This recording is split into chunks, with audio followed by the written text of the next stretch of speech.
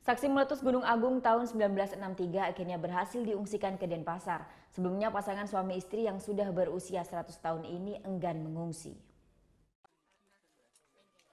Nyoman Rupa dan suaminya Wayan Rupa, warga desa Duda Selat Karangasem akhirnya berhasil diungsikan ke tempat pengungsian di Denpasar. Pasangan suami istri yang sudah berusia sekitar 100 tahun ini awalnya masih tertahan di rumahnya yang masuk ke dalam kawasan zona merah. Karena kendala usia dan kendaraan, mereka memilih bertahan untuk tidak mengungsi. Setelah anaknya melaporkan kondisi tersebut, pada Senin lalu Basarnas akhirnya mengevakuasi kedua pasutri ini ke tempat pengungsian di Klunggung. Namun karena faktor usia, pasutri ini akhirnya dipindahkan ke rumah saudaranya di Denpasar bersama 11 anggota keluarganya.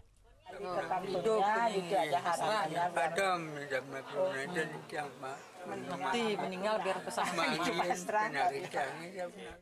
Pasutri ini juga menjadi saksi meletusnya Gunung Agung pada tahun 1963.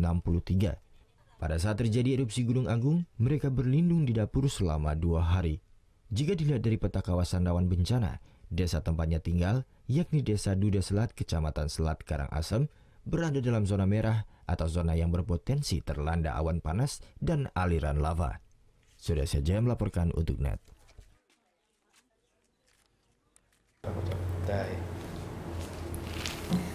Udah selesai kan nontonnya? Nah, jadi jangan lupa buat like, komen, dan subscribe ya.